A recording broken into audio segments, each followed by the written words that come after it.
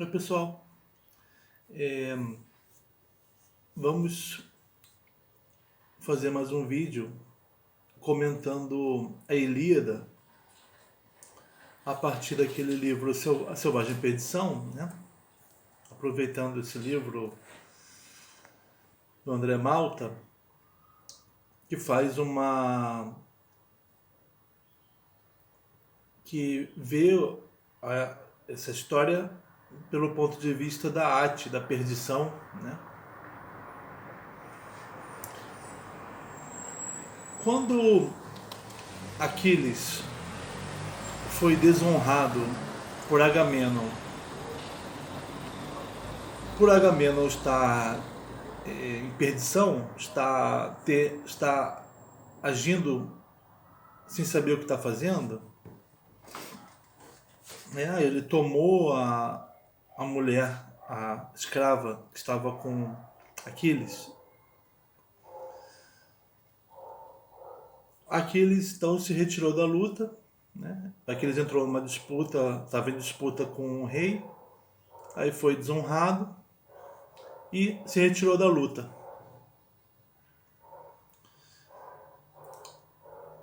Ali retirado, ele pediu à mãe para que falasse com Zeus para que ele fosse tivesse a glória dele garantida, né? Já que eles sabiam que ele ia viver pouco, né? E ele tinha a opção, inclusive, de voltar para casa e viver bastante, mas não ter glória, não ser conhecido, não ser o Aquiles sobre quem nós falamos, sobre quem todo mundo fala, o herói da ira, né? Ou a opção de continuar na guerra e perseguir a glória, né? E morrer logo em seguida.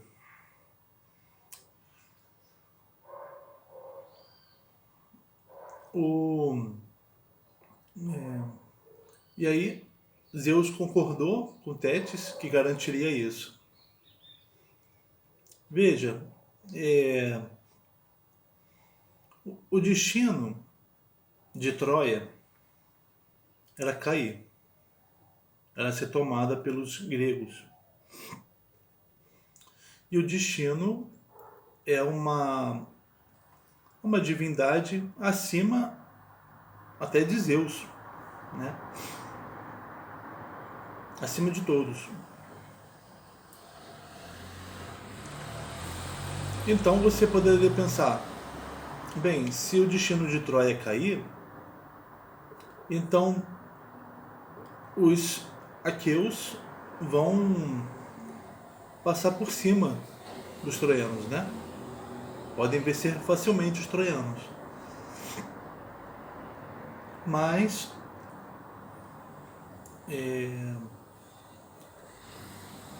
a guerra tem suas reviravoltas, né? Cada exército tem seus altos e baixos, né? E para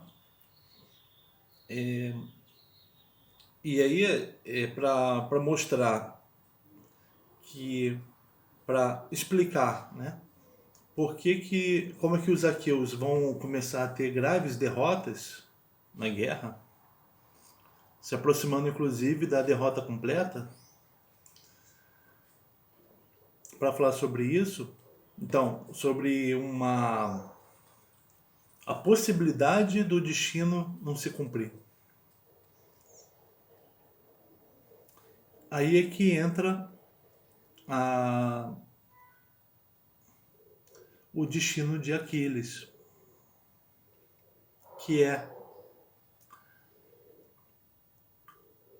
que coloca uma grande dificuldade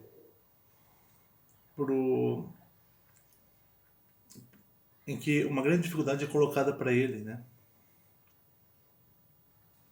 Uma desonra que ele sofre do rei Agamenon. Então Aquiles, fazendo com que o Aquiles precise se colocar contra o exército dos aqueus, se retirar da luta ao lado dos aqueus. Os aqueus precisam passar um grande aperto sem ele. Ele vai assistir esse grande aperto, ele quer esse grande aperto que os aqueus sofram, para que seja preparado o terreno do retorno triunfante dele, né?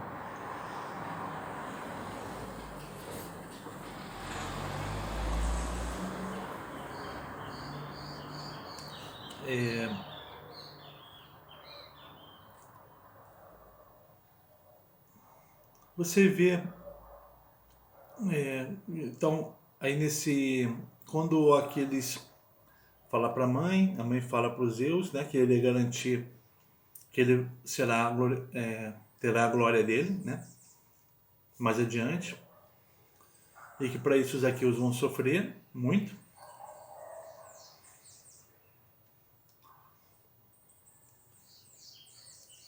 Para que esse plano de Zeus, que visa trazer glória a Aquiles, aconteça, né? Qual era o plano de Zeus? Fazer com que os aqueus acreditem que a vitória está próxima, para que eles se lancem com tudo contra os troianos e tenham a derrocada.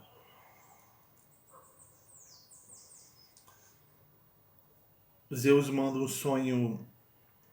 Aí o Agamenon está na perdição. E a perdição, ela é filha da noite, né? E ela é acompanhada de discórdia, acompanhada de outras divindades que trazem relacionadas a isso, né? Então elas acontecem acompanhadas, né? A perdição do Agamenon levou a discórdia dele com Aquiles, levou a ira do Aquiles, né? Esse é um âmbito não luminoso, é um âmbito negativo, né? São divindades negativas. É nesse âmbito que Agamenon está atuando, estando em perdição. E Zeus vai puni-lo.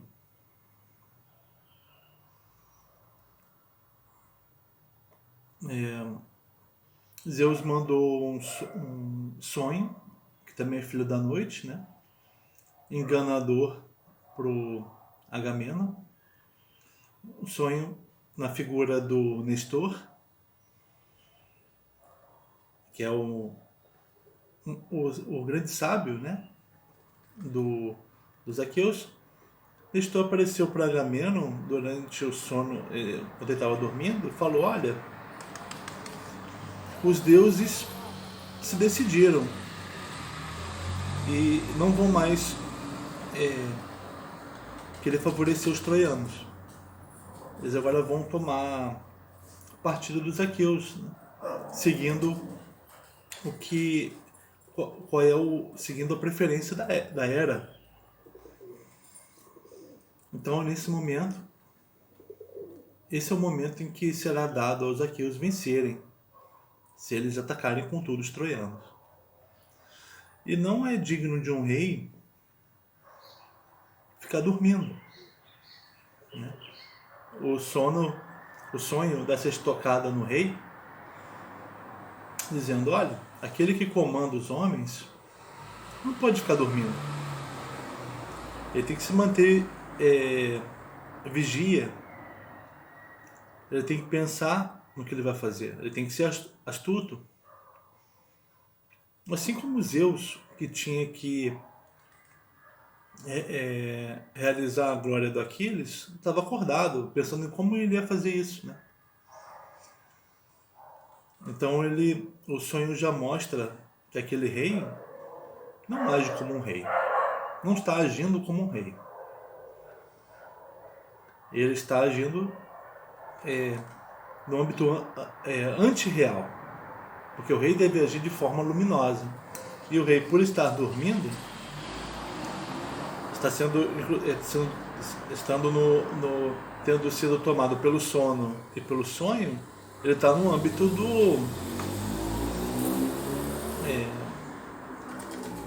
da não luminosidade, né?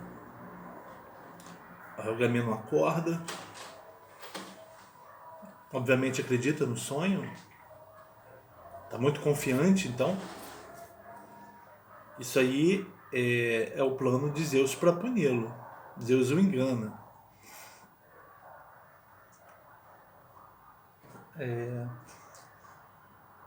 Agamemnon manda os comandantes prepararem os exércitos e reúne, antes dele falar com os exércitos, ele se reúne com os sábios e com outros reis, né? Alguns reis importantes ali. E nessa reunião ele conta o sonho que teve. Nestor está presente ali no conselho. Ele fala então que eles vão atacar com tudo Troia, mas ele, Agamemnon, antes vai fazer um teste com os soldados. Vai testar o espírito de luta dos combatentes, dizendo que Zeus não dará a vitória para eles. O interessante é que, mentindo, porque o Agamemnon acredita que Zeus dará a vitória para eles, mentindo, Agamemnon acaba contando o que realmente pretende Zeus. Zeus que mentiu para ele, né? Mas involuntariamente, né? Ele contou a verdade, o que ia acontecer. Zeus não daria a vitória para eles. Involuntariamente por quê? Porque ele acreditava, estava contando contando uma mentira. Ele disse uma verdade voluntariamente. Ele acreditava estar contando uma mentira, porque para ele a verdade é que Zeus daria a vitória para eles. Os presentes concordam. Saindo da reunião, o Agamemnon fala para os exércitos que Zeus mentiu para ele, dizendo que ele conquistaria a Troia, o fez perder muitos anos, muitos homens, para nada. Eles jamais conquistariam Troia. Zeus, esse Deus que quer prejudicá-lo, né? As palavras do Agamemnon se colocam contra Zeus.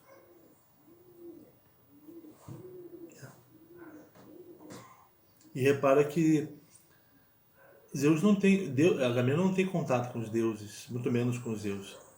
E o contato que teve foi Zeus o enganando, né? Você vê como o Agamemnon está no âmbito da não luminosidade. No que Agamemnon fala isso para os exércitos, os homens saem em debandada. Eles saem correndo, catando suas coisas, jogando nas naus, desatrelando as naus, aquele alvoroço, porque todos estão muito cansados da guerra, estão querendo voltar para casa, para suas mulheres, seus filhos. Odisseu assiste esse movimento atônito, sem saber o que fazer. Odisseu está perto do próprio navio, né? Assiste aquilo, não sabe o que fazer. Porque ele sabia que o Agamenon tinha. Aquilo era um plano do Agamenon, né? De testar o espírito de luta dos aqueus. Mas o plano não deu certo, porque a ideia do Agamenon não era que os homens fossem embora, né? É que os homens tivessem o brio deles mexido, mas tivessem um espírito de luta tão grande que permanecessem. Ou que Zeus, sei lá, será se Agamenon esperava que os homens quisessem voltar, mas Zeus mostrasse para eles um sinal de que eles deveriam ficar e lutar. Agamenon viu que o plano, Odisseu viu que o plano do Agamenon não deu certo, né? Mas ao mesmo tempo ele não poderia ir embora e sem nada, né? Voltado de mãos vazias, passou uma década lutando a troco de nada, né?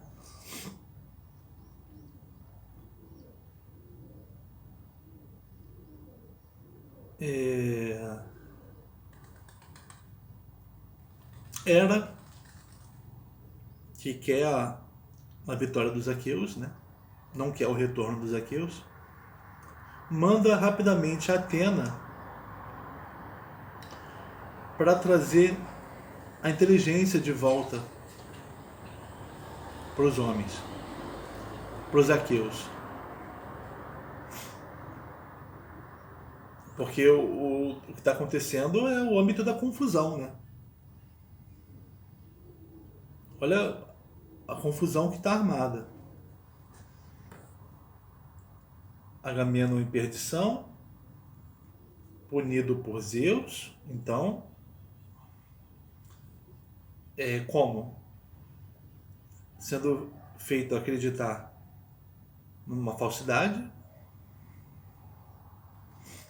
acreditando nessa falsidade, mas dizendo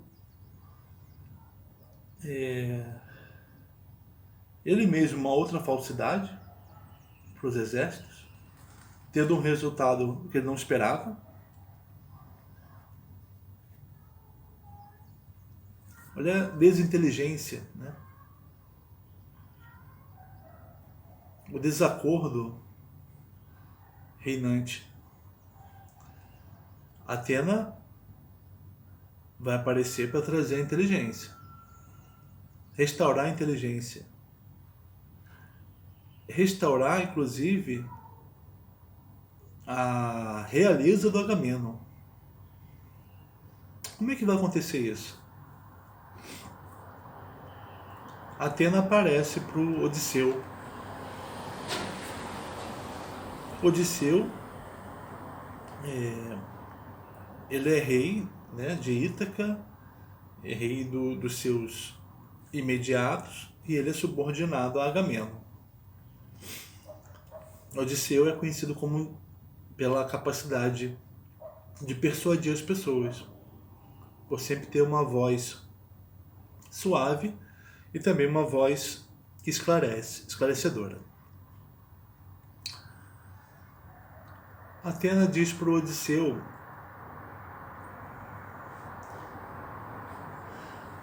que os aqueus não podem voltar, porque isso vai trazer uma desonra para o Agamenon, vai ser desonroso para todos que voltarem também.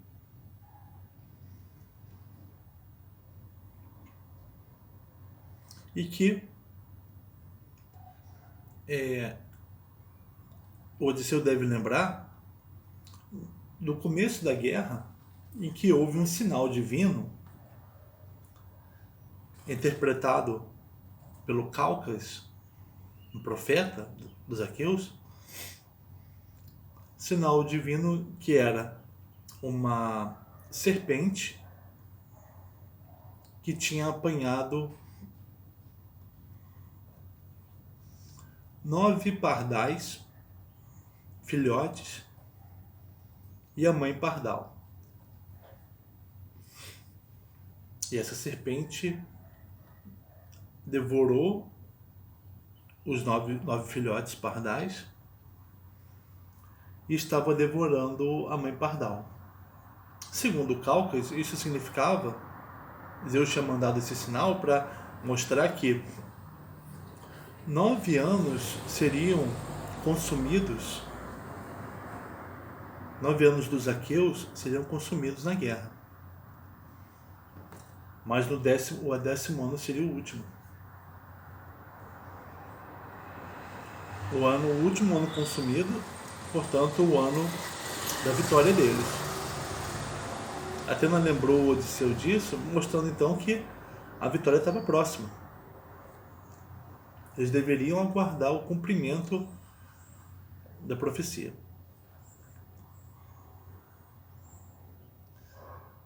Odisseu, então, ele vai falar com os exércitos, com todos os homens. Ele vai até Agamemnon, que está sem fala. Nesse momento, o Agamemnon vai apagar. Né? Por um momento, o Agamemnon vai apagar.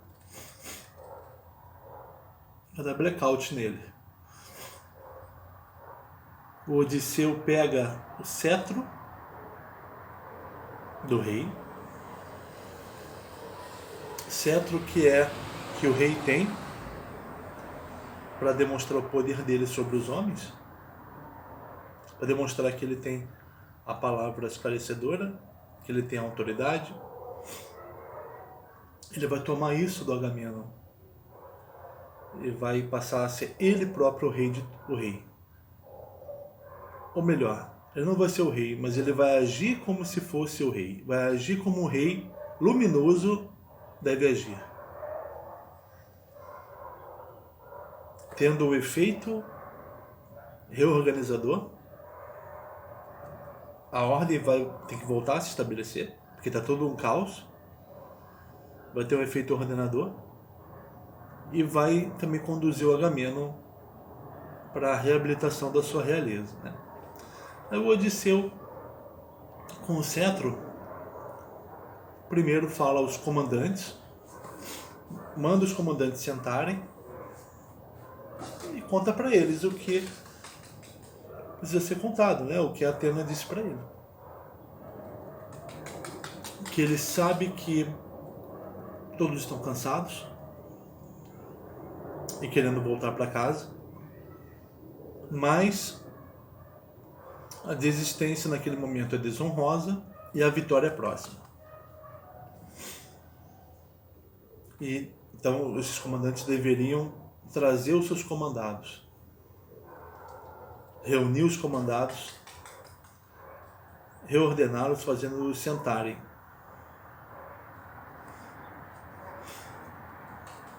Depois o Odisseu vai falar com os comandados, vai falar com os soldados, né?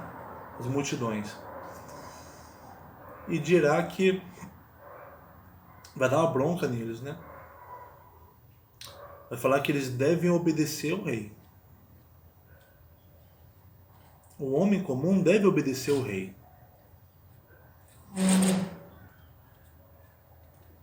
Porque o rei é que tem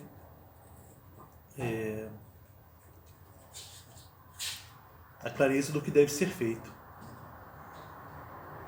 Os homens comuns não têm clareza do que deve ser feito. Então batem cabeça.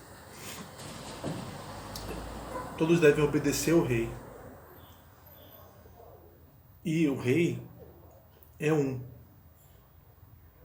não existe mais de um rei. O rei é um. A autoridade não se divide, porque isso gera desordem. A fala do Odisseu é ordenadora, porque traz as pessoas para a ordem. A ordem centrada num centro, um centro, né, centrada no rei, esclarecido e com tudo organizado a partir dele. A fala do Odisseu é ordenadora.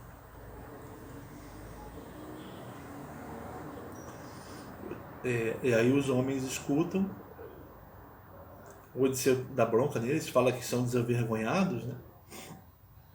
Perderam a vergonha. Como é que vocês vão voltar para casa sem nada? Toda a dor que a família de vocês passou, a mulher de vocês, o filho de vocês vai ver vocês voltarem sem nada e vai ver que é inútil o que eles sofreram. Você não ganhou nada. Voltou como um nada.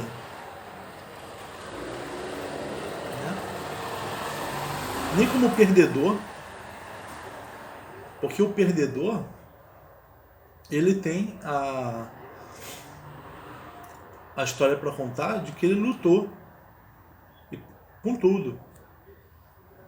E perdeu por um melhor, que era melhor porque era ajudado pelos deuses. Então que tinha que ser assim. Mas você fez, enquanto homem, o seu melhor. Tudo que você pôde. O desistente não é nada. A gente sabe quem é o vencedor e quem é o perdedor. O desistente a gente não sabe o que é. Aí os homens... Opa! Aí pararam o retorno e voltaram. O André Malta observa que...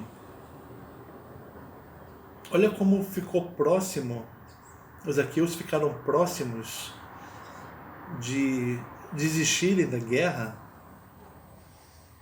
Olha como o não cumprimento do destino, que era a vitória dos aqueus, ficou próximo.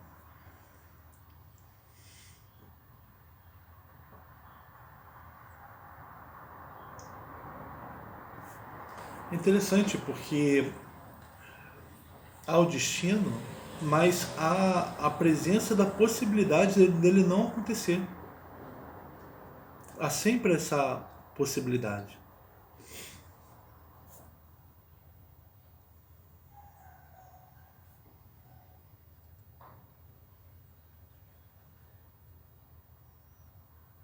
Mas os deuses, eles sempre fazem o destino acontecer. Eles nunca deixam... Repara que nunca deixam não acontecer o destino, né? Sei lá se os homens, os aqueus começassem a ganhassem o mar com as naus, se não teria acontecido um cataclisma para os impedir de saírem da costa de Troia. Então eles teriam que continuar em Troia e lutar, né? Então o Odisseu falou com os homens que voltaram a se reunir, a ordem se restabeleceu. Odisseu dizendo tudo isso com o cetro.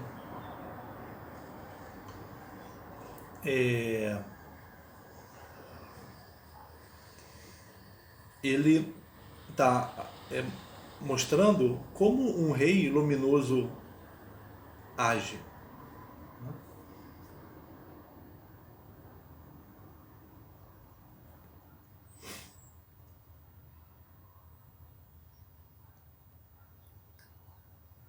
Mostrando como falar palavras justas. Palavras justas são aquelas que ajustam as coisas, né? Ordenam as coisas.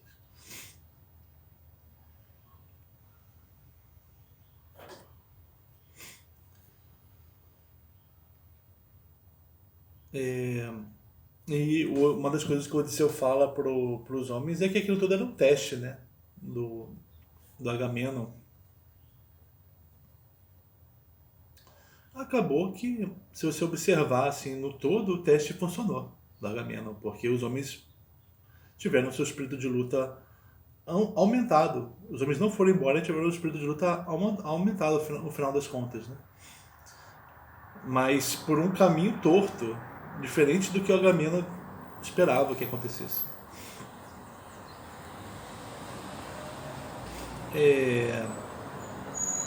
Aí aparece um dos homens comuns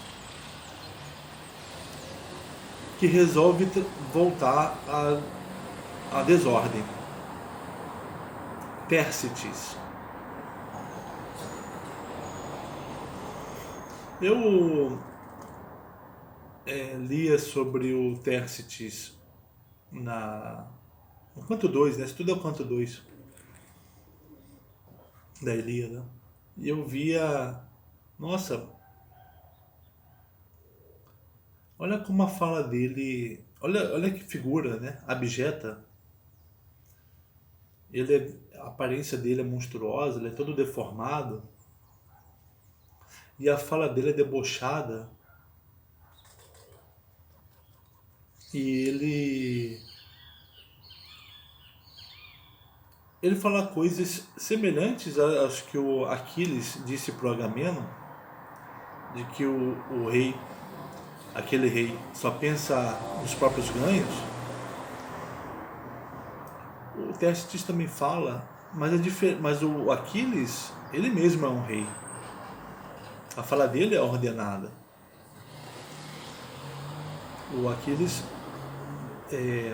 ele confronta o Agamenon mostrando o contrapondo ao verdadeiro rei. Tércites não. Tércites é só o escárnio contra o Agamenon. Ele não aponta para o que o rei, para o que seria um rei justo, né? Não, Tércites é só o destrutivo. Eu via isso, essa figura, e o Agamenon e o Odisseu dá um corretivo nele, né? Eu sempre achei muito curiosa essa figura, né? Aí o André Malta dá uma atenção para ela, mostrando uma coisa interessante. Como Tércites, falando, escarnecendo o rei, ele não é escarnecendo, não é que ele está escarnecendo o Agamenon. Ele está escarnecendo o rei, a figura de um rei. Ele está querendo destruir a própria ordem, querendo acabar com o próprio entendimento das coisas. É como se o Tércites fosse uma figura que for uma figura da não luminosidade que ainda está tomando o Agamenon. É como se a não luminosidade do Agamenon, que o faz agir sem saber o que está fazendo e causar confusão, como se essa não luminosidade ganhasse uma figura. E essa figura, e como a não luminosidade do Agamenon foi confrontada por Aquiles, primeiro, depois por Odisseu, cada um à sua maneira, com Aquiles o criticando e apontando para o que é o melhor, causou uma discórdia. O Odisseu tomou o cetro dele e foi fazer na prática o que é um rei justo, né? Não causando discórdia com o Agamenon. Mas essa contraposição do Aquiles com Agamenon e Odisseu com Agamenon passa a ser agora uma contraposição entre Aquiles e Tércites e Odisseu e Tércites, já que o Tércites é a não luminosidade figurada, né?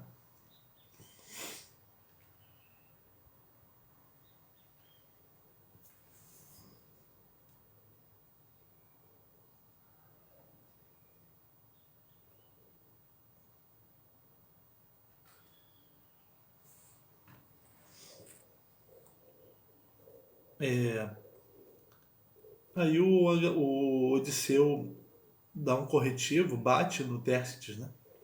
E se retrai, gerando o riso dos homens, né? Os homens que voltaram a querer lutar e a se organizar em torno do rei, mesmo que o rei, a função dele esteja sendo desempenhada temporariamente pelo Agamemnon, pelo Odisseu, né? Esses homens riem daquele que quer causar confusão, daquele que não quer a ordem, aquele que diz: a gente não vai vencer nada, o rei não é capaz de organizar a gente, melhor a gente desistir de tudo, nada de bom, nada de proveitoso a gente vai tirar daqui. Sabe essa figura? Que só quer a destruição das coisas. Né? Essa figura que não tem vergonha. Não tem vergonha.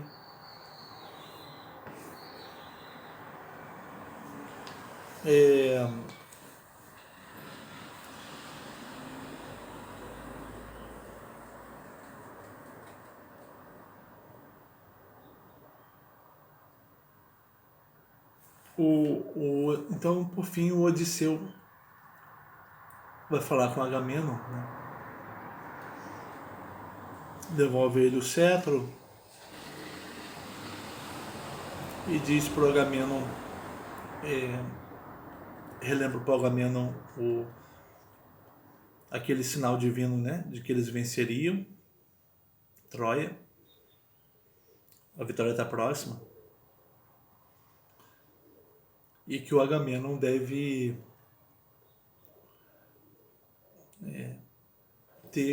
buscar uma clareza das coisas. Clareza das coisas se tem invocando os deuses, observando os acontecimentos, né? E isso é que permite que ele tenha palavras que fazem as coisas funcionar, né? E aí o Agamemnon pega o cetro e tem um começo de modificação do seu comportamento. O André Malta identifica aí o início da saída dele da Ate. Ele reconhece que agiu com Aquiles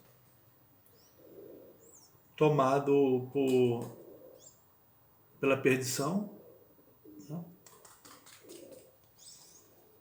Pelo engano, porque se enganou, ele se enganou ao agir daquela forma com Aquiles. Ele fez aquilo por causa da mulher dele que foi tomada, né? Ele não culpa o Aquiles, né? Ele não diz o que ele tinha dito antes para o Aquiles, que aquele queria afrontar o poder dele. Não, agora o Agamemnon reconhece que agiu errado, né? E ele invoca Zeus para ajudá-los no ataque que eles vão fazer aos troianos. Então acaba que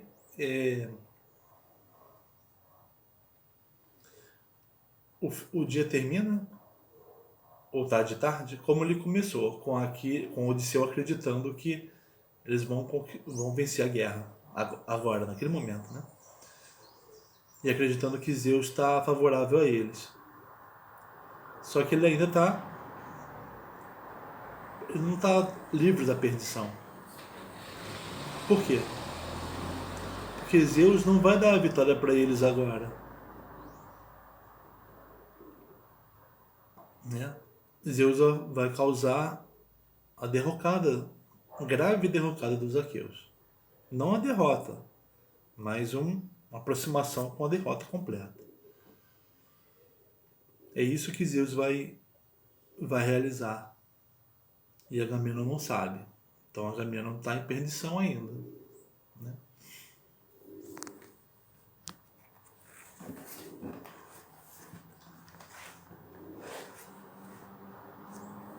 Vamos ler isso, deu um trechinho da Ilíada, que tem os acontecimentos. Então, a Ilíada, né, na tradução do Trajano Vieira, da editora 34. Esse aqui é o canto 2, altura do verso 170.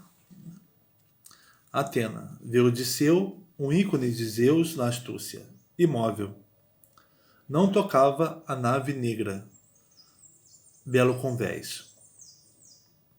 A ânima e o coração padecem. Ele está padecendo, né? Na ânima e no coração. Ao lado dele, Atena de olhos glaucos diz: Odisseu multi-astuto, filho de Laerte. Assim, então, de volta à pátria, fugireis a bordo das embarcações de muitos remos, deixando quem a glória propicia, Helena, Argiva, para Príamo e troianos, causa de tantas baixas entre aqueus, longe da pátria? Vocês vão voltar? Vão fugir? Deixando Helena para Príamo e troianos? Deixando-a longe da pátria? Vai imediatamente atrás da tropa acaia e com palavra afável dissuade os homens de lançarem ao mar embarcações simétricas. Falou. E o herói reconheceu a voz divina. Retira sem demora o manto recolhido pelo solícito arauto Itácio, Euríbate. Assim que encontra Atreu, o Agamenon, recebe dele o cetro ancestre, nunca perecível, que empunhou na direção das naus de argivos, vestes brônzeas, e a cada basileu ou chefe que encontrasse, tentava convencê-lo com serenidade. Aí, dele para os chefes. Mas que loucura é essa? Temes como um vil? Controla-te e concita os outros a ficarem. Não entendeste bem a intenção do Atrida. Está testando a tropa, que logo admoesta.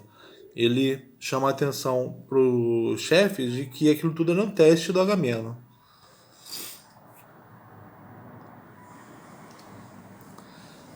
Não escutamos. Então ele está cumprindo a função de esclarecer as coisas, né? Trazer um entendimento naquilo, porque o âmbito da confusão está reinando ali. Não escutamos o que disse no conselho, porque os chefes participaram do conselho. Tomara que não trate mal a prole acaia. Grande é a fúria de um rei, progene do Cronida. Está falando, olha, o rei vai punir os homens que estão querendo fugir mesmo. Sua honra vem de Zeus, sapiente Zeus que o ama. Está lembrando da origem divina de um rei. Se por acaso, não que o Agamenon tenha origem divina, mas o rei, ele tem uma função otorgada pelos deuses, né? Se por acaso visse algum soldado aos gritos, golpeava-o com o cetro e duro o criticava. Aí ele para os soldados. Mas que loucura! Para! Atenta ao que outros falem. Aos de maior poder, seu fraco, seu covarde. Para os chefes, ele conta qual é o que o grande chefe pretende. Para os comandados, ele manda obedecer ao chefe.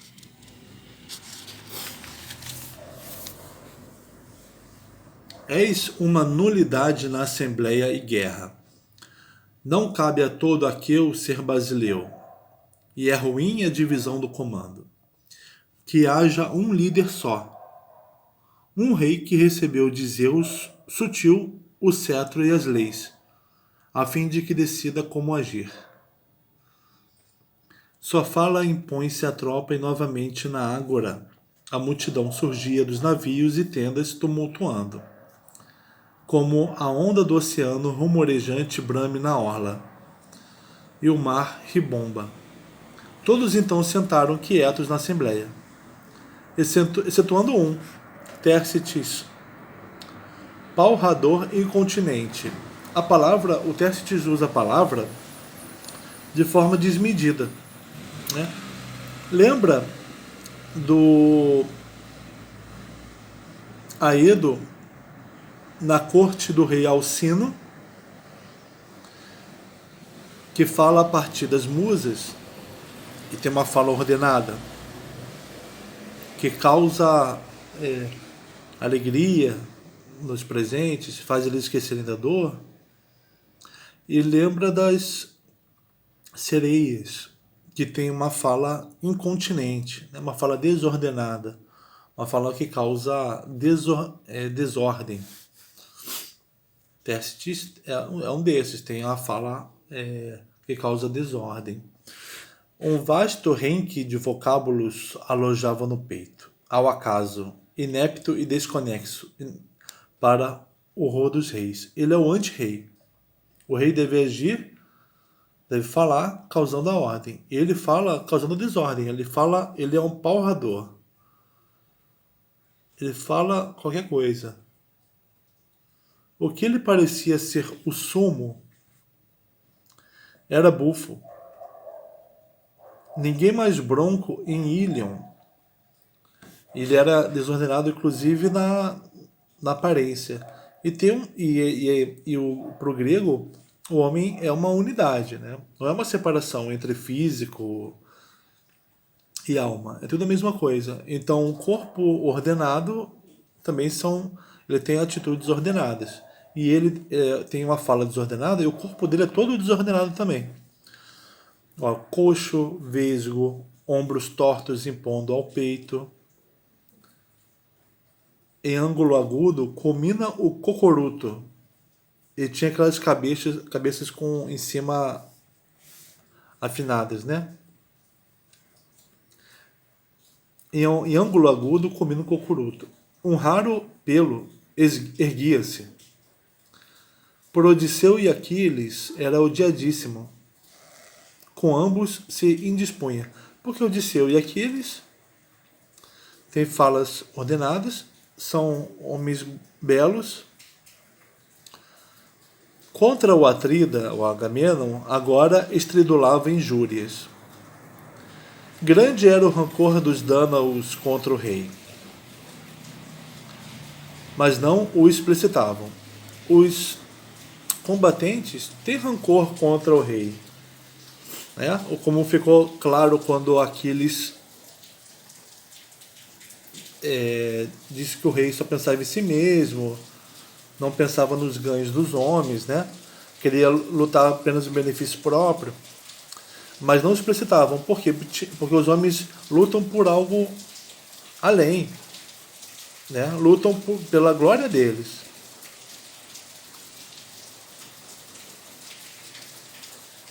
E também lutam pelos seus povos, né?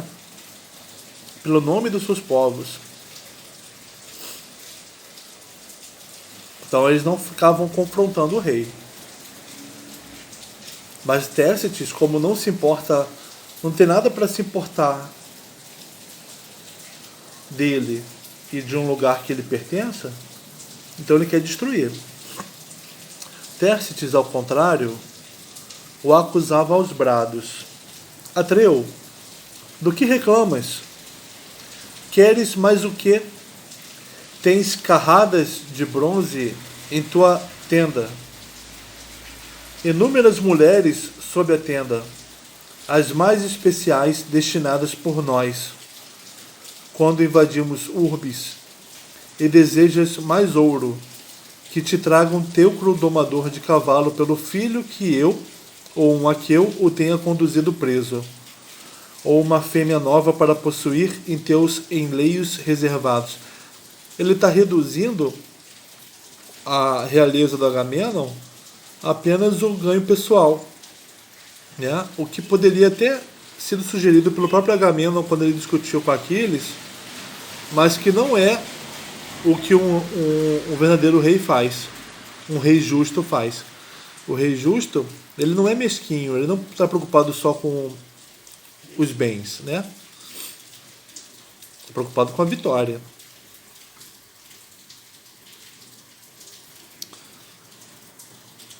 Então, por isso que ele é a manifestação do âmbito não luminoso que toma o Agamenon. Pois não fica bem para o comandante arruinar os sócios. Poltrões, velhacos, não aqueus, tão só aqueias. Voltemos para o lar em nossas naus. Ele está dizendo que os aqueus em geral, os homens, por serem espoliados pelo rei, eles são como aqueias, mulheres na mão daquele rei. Que fique, então incentivando os homens a voltar, né? Voltarem para casa. Que fique em Troia, o Agamenon digerindo o seu butim. Verá se todos nós tivemos serventia ou não. Alguém que fica aquém, mas muito aquém de Aquiles, que desonrou, deixou sem prêmio. É verdade que falta fibra ao coração de Aquiles. Caso contrário, não repetiria as ofensas. Está dizendo que o Aquiles deveria ter matado o Agamenon, né? Assim Tércites agrediu ao rei, o rei, pastor de povos. Odisseu postou-se ao lado dele, olhando-o com desprezo. Fala duramente. Seu desarticulado, embora palrador, sem peia. Para. Evita ofender o rei. Garanto que não há no mundo pior homúnculo que tu. De quantos danos viajaram a Ilion? Não venhas arengar trazendo o rei à boca. Não vomites injúria, escogitando fuga. Nós não sabemos bem como serão as coisas. Se aqueus terão retorno afortunado ou não. Por isso vives ofendendo o Atreu, pastor de povos, porque Dânaos lhe dão copiosos dons, enquanto te empenhas em enlameá-lo. Entre outras coisas, né, o Odisseu está dizendo que a gente não sabe se conseguirá ser vitorioso, tá? Pode ser que sim, pode ser que não.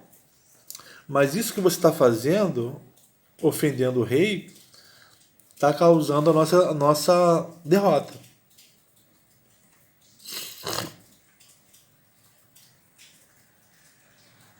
Aquele que fala que tudo vai mal, que as coisas não vão dar certo, não tem como ele saber o que vai acontecer.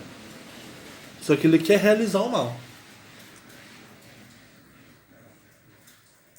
Pois, ora, afirmo o que há de se cumprir caso eu cruze contigo.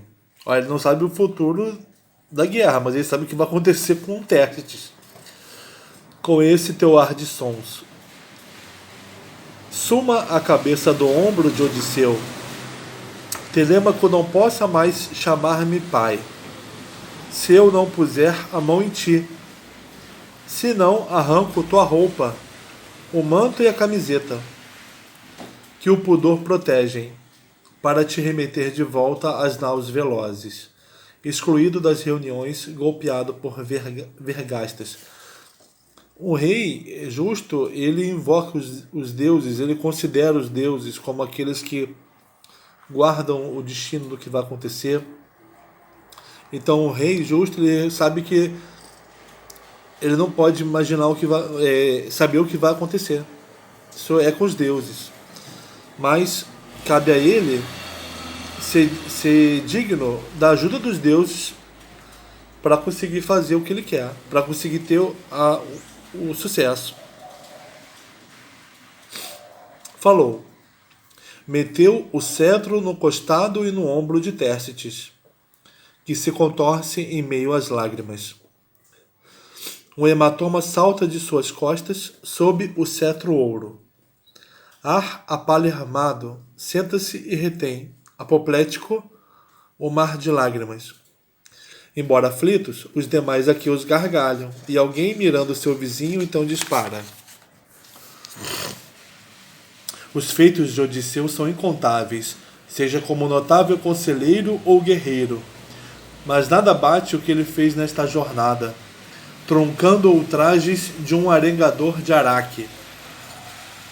O coração destemperado nunca mais despeja termos ofensivos contra os reis. Falando isso, ele está falando, olha, nós, soldados, não temos coração destemperado. Podemos ter queixas contra o rei, mas somos temperados, sabemos que por que lutamos, né? Então não vamos ofender o rei. A Shusma fala. Então quer dizer, você deve falar coisas que ordenam.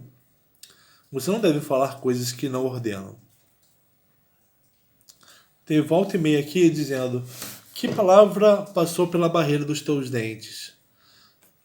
Quer dizer, há palavras em nós, mas nem todas nós dizemos. A Shusma fala, e Odisseu arrasa urbes, levanta-se com o cetro à mão. Olhos azuis, Atena e qual arauto cala o exército, para que todos, do primeiro até o último, pudessem meditar no que ele aconselhasse. Com grande sensatez, expôs o que pensava. O Odisseu pro Atrida. Os Dânaos, Magno Atrida, agora estão querendo te reduzir ao pior dos piores entre os vivos. Não cumprem a promessa feita quando vieram de Argos, celeiro de cavalos. Voltariam só quando destruíssem ilha bem morada. Como viúvas ou crianças que mal falam, reclamam que só querem retornar ao lar. Sei o quanto é penoso não voltar. Então ele está comparando essas palavras desordenadas a palavras não desenvolvidas, né? De viúvas ou crianças. Uma palavra, não que viúva não tenha palavra não desenvolvida, mas ela tem uma queixa repetitiva. A criança tem a palavra não desenvolvida. Eles são reclamões, né? Falam de forma desordenada. A desordem não é só a organização do discurso, mas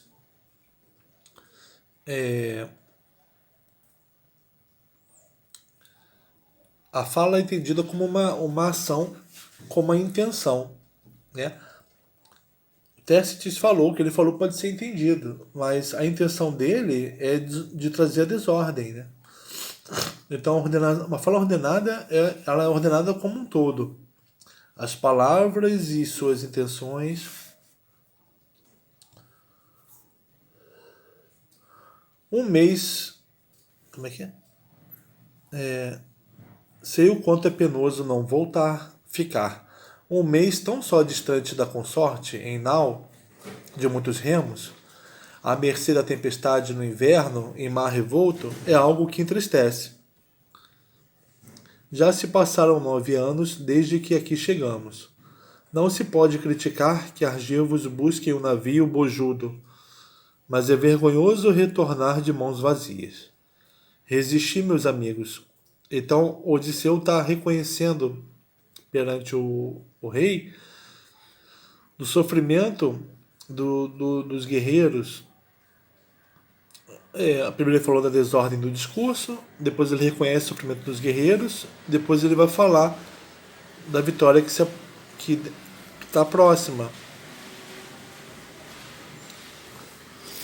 Já se passaram 9 anos desde que aqui chegamos. Não se pode criticar que Argivos busquem um navio bojudo, mas é vergonhoso retornar de mãos vazias.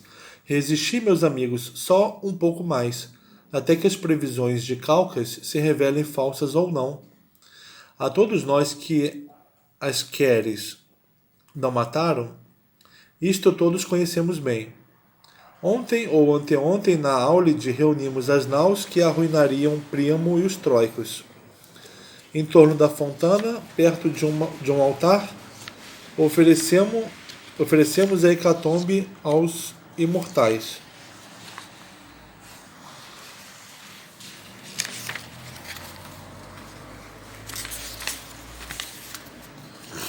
Sob o frescor do plátano, escorria a água, e rompe o signo imenso. A serpente, de costado fulvo, que o Olímpio trouxe à luz, terrivelmente. No ímpeto do altar se enveredou no plátano. Havia um ninho de aves tenras sob o ramo mais alto, oculto sob as folhas. 8 avícolas que perfaziam 9 com a mãe da prole. Falei o número errado, né? Ao todo são 9. A serpe come os 8 entre pios carpidos. E a mãe, voejando em torno, lamentava a prole. Num bote, agarra a pipilante pela asa, mas quando devorou a mãe e as 8 crias, um deus assinalou a serpe, o que a mostrara. O amplo e sagaz Cronida, que a transforma em pedra, paralisados admiramos o ocorrido, como um prodígio se imiscuíra na hecatombe. Mas logo Calcas esclarece o vaticínio. Calais por que motivo? Aqueus longos cabelos? Zeus trouxe à luz um grão portento, de tardia conclusão, mas cuja glória há de ser maior. Como o dragão que deglutiu os 8 passarinhos, e depois a mãe, o mesmo número de anos lutaremos para tomar no 10º a cidade imensa. O que ele arengou então se cumpre agora. Permanecei, portanto, aqueus de belas Cnêmides, até derruirmos a ampla cidadela Priâmia. Falou e ressoou o ensurdecedor clamor argivo, junto às naus, terrivelmente, de aprovação ao que dissera o ilustre Itácio, referente a Ítaca. Nestor toma a palavra, domador de equinos. Falais como crianças sem noção de guerra. O que há de ser as alianças e promessas em que nos empenhamos todos? Os acordos, os planos, libações, o que fazer com eles? Jogar no fogo? Olha que os homens fazem libações, acordos, para fazer com que a fala deles seja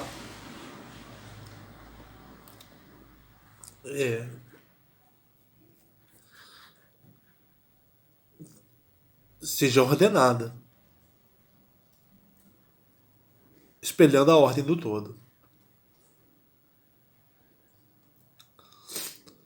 E as mãos com que selamos pactos.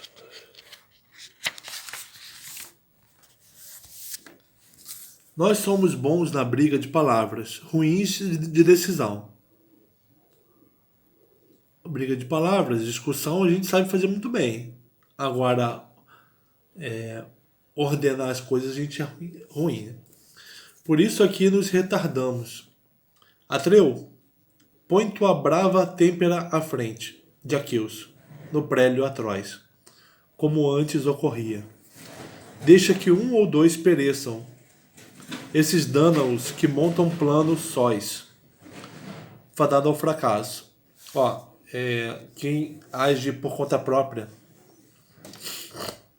quem foge da ordem, que é a ordem de palavras, também dos comportamentos de todos, né? Mas tem uns que falam coisas diferentes e querem fazer coisas diferentes. De antecipar a volta antes que o cronida nos faça ver se o que promete é falso ou não. Afirmo que o ardoroso Crônio assentiu quando os argivos embarcaram nos navios, ágeis para matar e desgraçar os troicos, relampejando à destra um presságio grato. Ninguém se apresse, pois, a retornar ao lar, sem antes enlaçar a esposa de um troiano. E vingue nossa agrura e quem lamenta a Helena. Se o insensato decidir tornar ao lar, tente tocar a negra nau de muitos remos, que antes dos outros há de conhecer a morte. Planeja, rei, o que é melhor, mas ouve os outros, que não é de somemos o que digo agora. Divide, Atreu, os homens por família e tribo. Família auxilie família. Tribo, tribo. Se assim fizeres, dana-os te obedecerão. E entre os chefes e peões terás como saber quem é ruim ou bom. Ele está falando, Agamenon, divida os homens entre famílias e tribos, por família e tribo. Para você ver aqueles que estão de acordo, né? E aqueles que estão em desacordo. Terás como saber quem é ruim ou bom, pois lutam separados. Se a polis não cair, verás que assim o Deus o quis, ou se foi por inaptidão dos vis em fazer guerra. O Basileu então pondera, o Agamemnon, mais uma vez, ancião, te impões numa assembleia. Aí o Agamemnon vai retomar a palavra dele com o exército.